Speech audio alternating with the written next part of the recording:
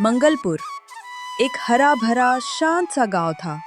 उसी गांव में एक मजदूर मंगल अपनी पत्नी और 2 बेटियों के साथ रहता था। दोपहर का वक्त था। मिट्टी का छोटा सा आंगन और अंदर तुलसी अपनी माँ के पास खड़ी थी। अरे माँ, आज क्या बनेगा? घर में तो कुछ भी नहीं है पकाने को। क्या बताऊं बेटी, हमारा तो गरीब का घर है, थोड़ा इंतजार कर ले। देख तेरे पिताजी क्या लेकर आते हैं। ठीक है माँ, आप आराम करो, आप मत उठना। आपकी तबीयत अभी ठीक कहाँ हुई है? आप चिंता मत करो, मैं कुछ इंतजाम करती हूँ। ठीक है बेटी, तू तो मेरा हाथ पैर है। वैसे तेरी बड़ी बहन लता कहाँ है? बहुत देर से दिखी ही नहीं। उसे तो सजने संवरने के अलावा कुछ आता ही नहीं। बड़े वाले कोई लक्षण ही नहीं है उसकी। माँ, दीदी अभी सो रही है। क्या? इतनी देर तक अभी सो रही है? दिन पे दिन कैसी होती जा रही है वो। सिखाना तो उसे तुम्हें चाहिए, लेकिन मैं तो उस लड़की से परेशान हूँ। अरे कहाँ हो तुम सब? देखो थोड़ा सा सामान लेकर आया हूँ, आ जाओ ले लो। पिताजी, क्या लाए हो? क्या लाऊं बेटी, आज भी ज्यादा कुछ ला नहीं पाया हूँ। थोड़ा सा अरबी के पत्ते, थोड़ा सा साग और बस थोड़ी दाल ले आया हूँ। बस आज यही बना लेना। ठीक है पिताजी, आप आराम करो, मैं अभी खाना बना देती हूँ।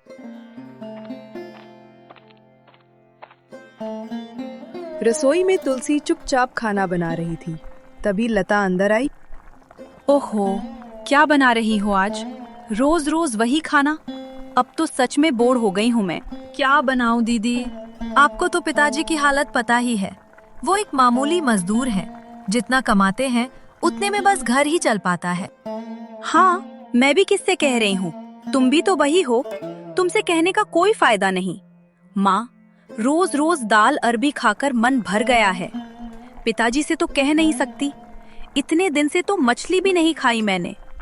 पता नहीं क्यों इस गरीब घर में जन्म ले लिया मैंने। मुझे तो किसी रईस घर में होना चाहिए था। एक तो बड़ी होकर इतनी देर से सोकर उठती हो और ऊपर से उल्टा लड़ाई कर रही हो। तुलसी की जगह तो तुझे खाना बनाना चाहिए था। तेरे पिताजी मामूली मजदूर हैं। क्या ये बात हर बार समझानी पड़ेगी तुम्हें? मजदूर है तो क्या, मैं मांग भी क्या रही हूँ। थोड़ा सा स्वादिष्ट खाने का मन हो जाता है। क्या ये भी गलत है? क्या बक रही है तू लता? देख, जितनी चादर हो उतने ही पैर फैलाने चाहिए। ऐसे बोलने से कुछ नहीं बदलता। हम गरीब सही, पर इज्जत से जीते हैं और कल को तेरी शादी भी करनी है हमें। इसलिए अपनी जुबान पर थोड़ा काबू रखो। शादी? हाँ, सबको बस यही चिंता रहती है। अपनी जुबान संभाल लता, वरना तेरी शादी कराना बहुत मुश्किल हो जाएगा। कुछ तो सीख ले अपनी छोटी बहन तुलसी से। हरकतें तो तेरी अभी भी बच्चों जैसी हैं।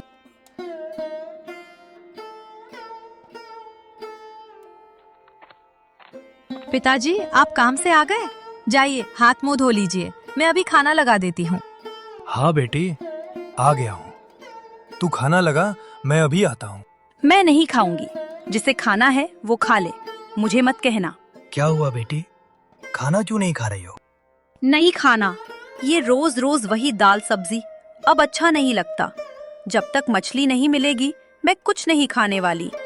आप खाना खाइए, इसकी बातें मत सुनिए। जिद्दी बहुत है इसमें।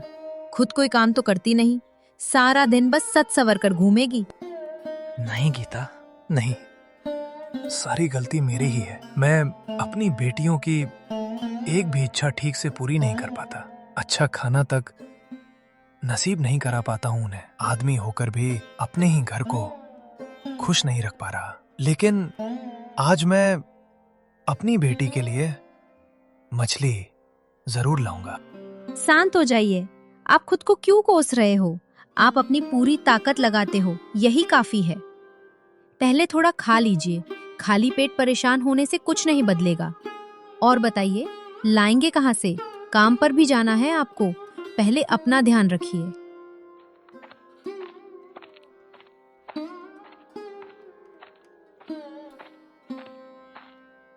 अरे आवा आवा मंगल, तोहरा खातिर एक बड़ी खुशखबरी लेके आया है।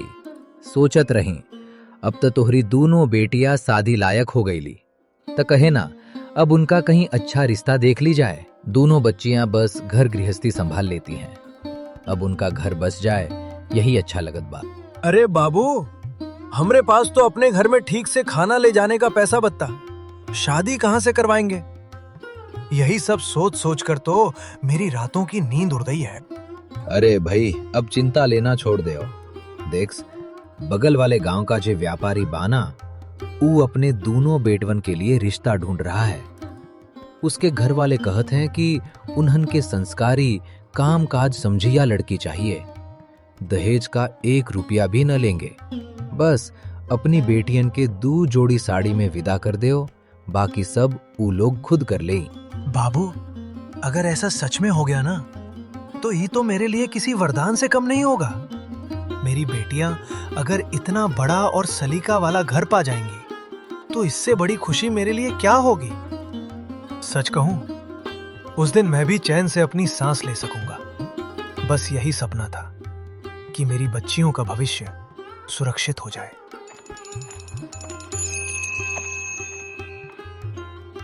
यही वही मशहूर व्यापारी जेठालाल थे, जिनकी ईमानदारी और रुतबा पूरे इलाके में मिसाल माना जाता था। पिछले कई महीनों से वह अपने दोनों बेटों सुदर्शन और रघुवीर के लिए एक योग्य, संस्कारी और सादगी भरी बहू की तलाश में थे। और तभी धनपत राय के जरिए उनके कानों तक एक खबर पहुंची कि पास के गांव में रहती हैं लता और तुलसी, 2 बहनें, गरीब परिवार से, लेकिन संस्कारों और शराफत से भरपूर। यह सुनकर जेठालाल के दिल में एक अजीब सी उम्मीद जगी, मानो उसने अपनी बहुओं को पा लिया हो। बस देखने की देर थी।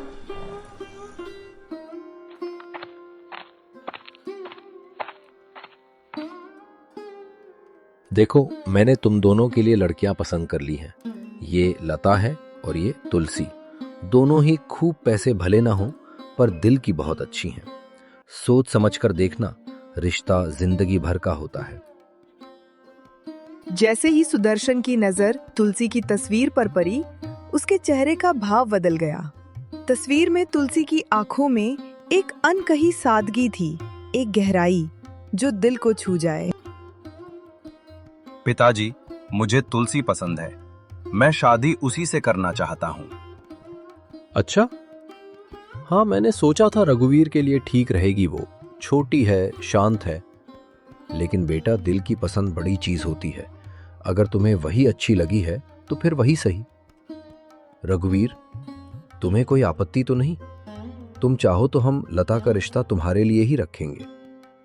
नहीं पिताजी, मुझे कोई दिक्कत नहीं। भैया को जो पसंद है वही ठीक है, और लता भी मुझे उचित लग रही है। आप जैसे तय करें, मैं तैयार हूँ। उधर उसी समय गीता और मंगल भी सुदर्शन और रघुवीर की तस्वीरें दिखाकर दोनों बेटियों से उनकी राय लेने में लगे थे। घर का माहौल धीरे धीरे एक नई चिंता और उम्मीद से भर रहा था, लेकिन शादी के बाद दोनों की जिंदगी बदलने वाली थी। बेटी, ये दोनों लड़के अपने पिता का बड़ा सा कारोबार संभालते हैं, लेकिन बड़ी बात यह है कि बड़े बेटे सुदर्शन ने तुलसी को पसंद किया है, इसलिए उसकी शादी तुलसी से ही होगी। तुलसी, तुम्हें कोई आपत्ति तो नहीं है ना? लेकिन क्यों? मैं घर की बड़ी बेटी हूँ, तो बड़ी बहू भी मुझे ही बनना चाहिए। ये कैसा फैसला है? बेटा, उनके पिताजी ने भी यही सोचा था कि बड़ी बहू तुम बनो, लेकिन सुदर्शन को तुलसी पसंद आ गई। वो उसी से विवाह करना चाहता है। दिल की पसंद कोई जबरदस्ती बदल थोड़ी सकती है। ये क्या बात हुई? मैं बड़ी हूँ, मेरी शादी सुदर्शन से होनी चाहिए थी। लता, उन्होंने तुलसी को पसंद कर लिया है। अगर हम जबरदस्ती करेंगे तो हो सकता है वो रिश्ता ही छोड़ दें, और तुम अपने जिद में किसी की बात सुनती कहाँ हो। ऐसा ना हो कि तुम्हारी वजह से ये अच्छा रिश्ता भी टूट जाए। हाँ, यहाँ भी सब तुलसी को ही पसंद करते हैं, और वहाँ तो शादी से पहले ही। पता नहीं कैसी बदकिस्मती है मेरी, जो ऐसी बहन मिली। हमेशा वही अच्छी, वही पसंद की जाने वाली। आखिरकार तुलसी और सुदर्शन तथा लता और रघुवीर की शादी तय हो गई। लेकिन लता मन ही मन इस फैसले से बिल्कुल खुश नहीं थी। उसे ये बात चुभ रही थी कि उसकी छोटी बहन ही उस घर की बड़ी बहू बन जाएगी, और उसी क्षण उसने मन में एक कसम सी खा ली, वो तुलसी को चैन से जीने नहीं देगी।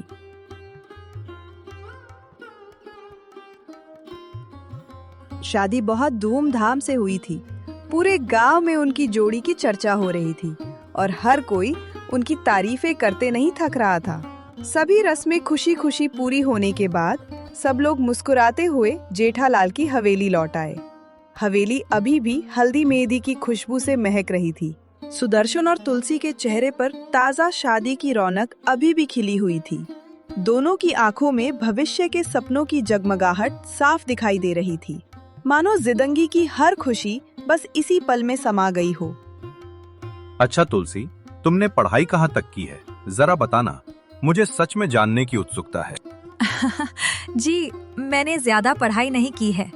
पढ़ने का तो बहुत मन था, सपना भी था कि आगे बढ़ूं, लेकिन क्या करें, पापा की हालत ठीक नहीं थी। इसी वजह से मैं और दीदी ज्यादा पढ़ ही नहीं पाए। अच्छा अगर मैं तुम्हें दोबारा पढ़ने का मौका दूं, सच में पूरी आजादी देकर, तो क्या तुम पढ़ना चाहोगी? सच में अगर मौका मिले तो मैं पूरी मेहनत से पढ़ाई करूंगी।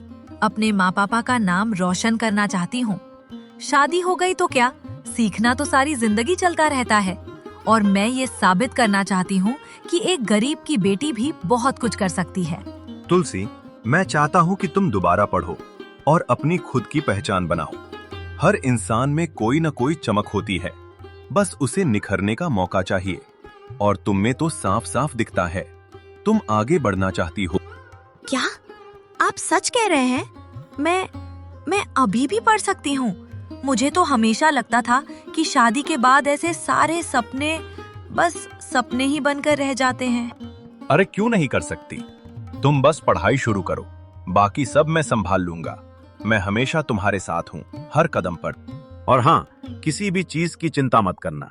मैंने तुम्हारे माँ पापा के लिए भी वहाँ एक भरोसेमंद आदमी लगा दिया है। उनके घर का कामकाज, दवा, सबका ध्यान रखा जाएगा। तुम बस निश्चिंत होकर पढ़ाई करो। तुलसी ये सब सुनकर भीतर से जैसे पिघल गई। रघुवीर ने न केवल उसकी पढ़ाई की बात सोची, बल्कि उसके माँ बाप की जिम्मेदारी भी अपने सिर ले ली। उसे सचमुच ऐसा ही जीवन साथी चाहिए था, जो उसके सपनों को दबाए नहीं, बल्कि संभाल कर आगे बढ़ाए। तुलसी और सुदर्शन तो बहुत खुश थे इस शादी से, लेकिन वही लता और रघुवीर में हमेशा किसी न किसी बात को लेकर आन बान होती रहती थी। अरे कुछ तो सीखो भाभी से। देखो वो भैया का कितना ख्याल रखती है। और एक तुम हो, एक गिलास पानी मांग लो तो तुरंत बोल देती हो, नौकरों से मंगवा लो। आखिर क्यों इतना गुस्सा पाले बैठी हो? इस घर में रहना ही मुश्किल है, न आराम है न शांति। दिन भर नौकरों को ये करो वो करो, और बदले में मिलता क्या है मुझे? किसी को मेरी थकान, मेरे मन का बोझ दिखाई देता भी है क्या? ठीक है। अब क्या हुआ है जो तुम इतनी नाराज हो? कोई बात है तो साफ साफ कहो। कुछ नहीं, इतने बड़े घर में शादी हुई, लेकिन सुख का एक दाना भी नसीब नहीं हुआ। न बहन अच्छी मिली, न पति ढंग का। समझ नहीं आता किस दुर्भाग्य की वजह से ये सब सहना पड़ रहा है मुझे। बस बहुत हुआ लता। मैं चुप रहता हूँ इसका मतलब ये नहीं कि तुम कुछ भी बोलोगी। अगर तुम्हें किसी बात की परेशानी है तो मुझे बताओ, मैं हल ढूंढूंगा। पर यूं कड़वे शब्द बोलकर घर का माहौल क्यों बिगाड़ती हो? तुम क्या कर लोगे? तुम तो एकदम डरपोक हो। थोड़ा हिम्मत है तो जाओ, अपने भाई और उसकी बीवी से कुछ बोलकर दिखाओ। क्यों? भाभी ने कुछ कहा है क्या?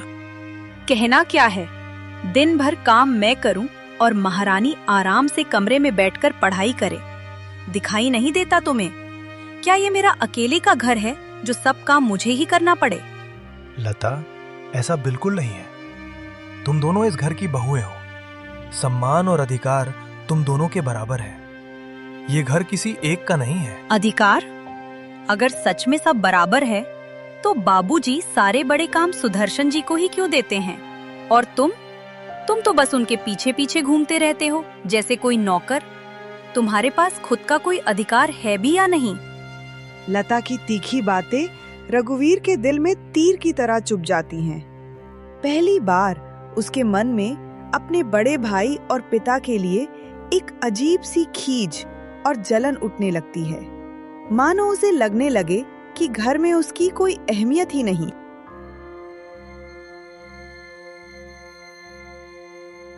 अगली सुबह हवेली में हल्की धूप फैल रही थी। आंगन में गौओं की घंटियां बज रही थी। उसी वक्त लता रसोई में खड़ी अपने पति के लिए नाश्ता बना रही थी। उसी समय तुलसी भी रसोई में आती है। वह भी अपने पति के लिए खाना बनाने आई थी। दीदी, आप थोड़ा देर में नाश्ता बना लेना ना। सुदर्शन जी को आज बहुत जल्दी काम पर निकलना है। पहले मैं बना लूं?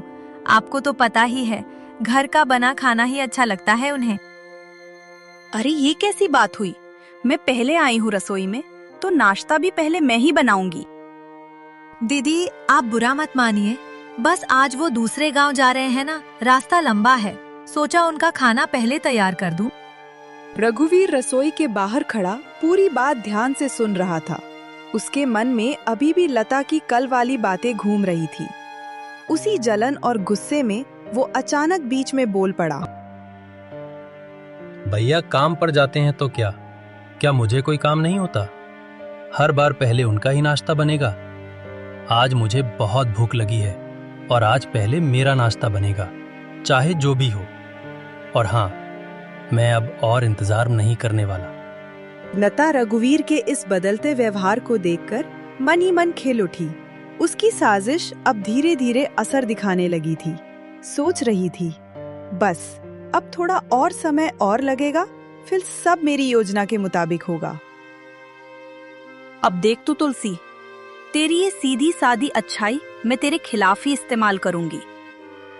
नहीं रघुवीर जी, मेरा ऐसा कोई मतलब नहीं था। वो बाहर गांव जा रहे हैं, इसलिए सोचा कि पहले उन्हें नाश्ता दे दूं, बस यही। मैं सच में ऐसा नहीं चाहती थी कि कुछ गलत समझा जाए। मुझे कुछ नहीं सुनना। लता, पहले मेरा नाश्ता बनाओ, अभी। मुझे भी काम पर जाना है। तुलसी चुपचाप खड़ी रह गई। उसके मन में कसक सी उठी। विवाह के बाद पहली बार रघुवीर ने उससे ऐसी बात की। वह धीमे कदमों से मुड़कर रसोई से बाहर चली गई।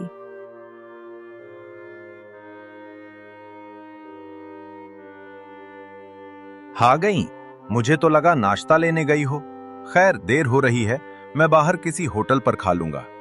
वैसे ध्यान रखा करो ना, खाली पेट काम पर जाने की आदत अच्छी नहीं होती। नाश्ता बनाने ही तो गई थी, पर छोड़िए, आप जाइए। मैं नहीं चाहती आपकी सुबह का मूड खराब हो। पर क्या हुआ तुलसी? किसी ने कुछ कहा? तुम मुझसे छुपा क्यों रही हो? मैं तुम्हें ऐसे खामोश और दुखी बिल्कुल नहीं देखना चाहता। लता दीदी का क्या है, वो तो रोज ही कुछ न कुछ कह ही देती है। लेकिन आज पहली बार देवर जी ने मेरे लिए वैसी बात कह दी। पता नहीं क्यों दिल को बहुत बुरा लग गया।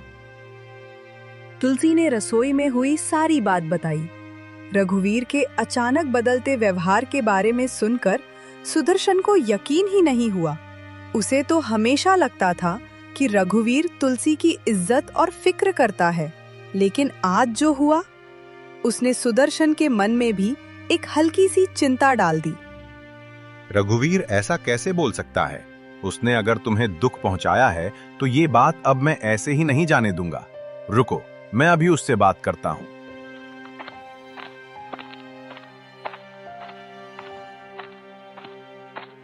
रघुवीर, तुमने तुलसी से ऐसी बात क्यों की? तुम्हारी भाभी हैं अब, थोड़ा सम्मान तो रखो। भैया, मैंने कौन सा गुनाह कर दिया? मैंने बस इतना कहा कि आज मेरा नाश्ता पहले बनेगा। मुझे बहुत भूख लगी थी और इतना कहते ही उन्हें बुरा लग गया। भूख लगना गलत नहीं, पर दूसरों की इज्जत करना सबसे जरूरी है रघुवीर, और खास तौर पर घर की बहुओं की। किसी भी शब्द को कैसे कहा जाता है, वही इंसान की पहचान होता है। आज आपने तुलसी को जैसा जवाब दिया ना, दिल खुश हो गया। आखिर हमारा भी तो हिस्सा है इस घर में। वो समझती क्या है अपने आप को? हमेशा सीधी सादी बनकर सबका दिल जीत लेती है। हाँ लता, तुम बिल्कुल सही कह रही हो। शादी से बस कुछ दिन पहले बाबूजी ने जो नई जमीन ली थी वो भी भैया के नाम कर दी। जैसे मैं इस घर में मौजूद ही नहीं हूं, मुझे उनसे इस बारे में बात करके अपना हिस्सा लेना ही होगा। और हाँ, अब ये तय है, मुझे चुप नहीं रहना, अपनी बात सबके सामने रखनी होगी। और लेट मत करिए, नहीं तो ये सब कुछ एक दिन पूरी तरह से सुदर्शन जी के नाम कर देंगे और हम सड़क पर आ जाएंगे। सोच लो, अगर कल को कुछ हो गया बाबूजी को तो हाथ मलते रह जाओगे।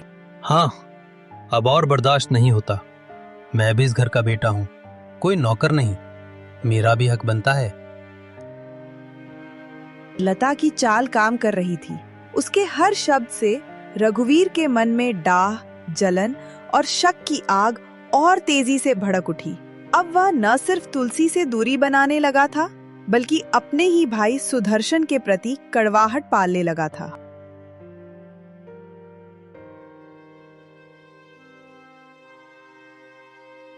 जी बाबूजी, आपने बुलाया था? हाँ बेटा, मुझे तुमसे एक बहुत जरूरी बात करनी है। मेरी तबीयत तो तुम जान ही रहे हो। अगर कल को मुझे कुछ हो गया तो मेरी आत्मा को यही अफसोस रहेगा कि ये काम मैं समय रहते नहीं कर पाया। अरे बाबूजी, आप ऐसा क्यों बोल रहे हैं? आपको कुछ नहीं होगा, हम सब हैं आपके साथ। बेटा, जिंदगी का कोई भरोसा नहीं होता। मैंने जो जमीन खरीदी थी उसके कागजात मैंने तुम दोनों भाइयों, तुम और रघुवीर के नाम बराबर बराबर कर दिए हैं। कागज अलमारी में रख दिए हैं। मेरे न रहने के बाद तुम रघुवीर को उसका हिस्सा दे देना। मैं अपने जीते जी इस घर का बंटवारा नहीं देख पाऊंगा। क्या रघुवीर ने हिस्सा मांगने की बात कही है? मैं समझ ही नहीं पा रहा पिताजी। उसे ऐसा क्यों लगा कि हम कभी उसका हक छीन सकते हैं? हाँ बेटा, मैंने आज उसे और उसकी पत्नी को बातें करते सुना। उनके मन में गलतफहमियां पल रही हैं। पर तुम बड़े भाई हो। गलत को सही बनाने की जिम्मेदारी हमेशा बड़े की होती है। जैसा मैंने कहा है, बस वैसा ही करना।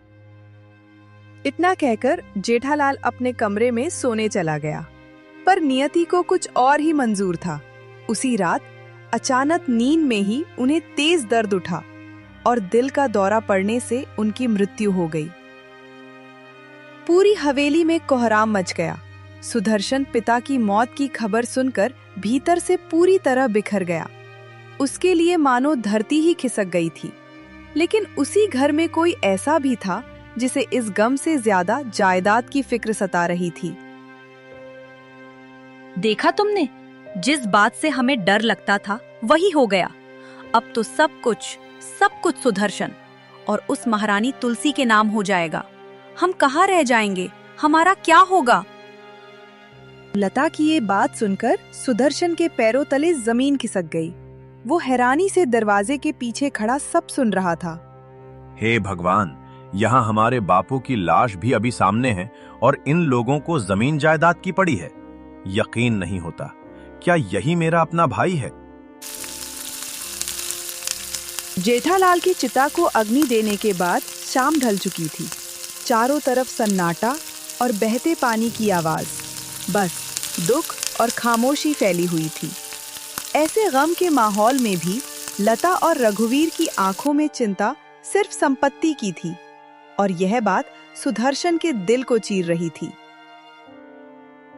भैया, इतनी देरी हमें नदी किनारे क्यों बुलाया? अभी अभी तो हमने बाबूजी को अंतिम विदाई दी है। रघुवीर, बाबूजी ने मुझे एक जिम्मेदारी सौंपी थी। उन्होंने कहा था अगर कुछ भी हो जाए तो मैं इस बात को पूरा करूं, और मुझे लगता है वो समय आज ही है। कैसी बात भैया? कौन सी जिम्मेदारी? बाबूजी ने जो 10 लाख की जमीन ली थी उसके कागजों पर उन्होंने हमारे नाम बराबर हिस्से कर दिए हैं और घर के कागज, कारोबार सब पर भी बराबरी का हक है। आज से तुम अपना हिस्सा संभालोगे, मैं अपना। मैं नहीं चाहता था हमारा घर बिखरे, लेकिन मुझे लगा तुम यही चाहते हो। ये सुनते ही रघुवीर के पैरों तले जमीन खिसक गई। उसे याद आने लगा कल उसने क्या क्या कहा, तुलसी को कैसे अपमानित किया और अपने ही भाई पर कैसे शक किया। कि क्या बाबूजी ने हमारे लिए इतना किया और मैं ही उन्हें गलत समझता रहा। भैया, मुझे माफ कर दो। मैं अलग नहीं रहना चाहता। ये घर, ये परिवार, यही सब मेरी दौलत है। भैया, मैंने बहुत बड़ी गलती कर दी। मैं लता की बातों में आ गया था। कृपया मुझे माफ कर दो भैया।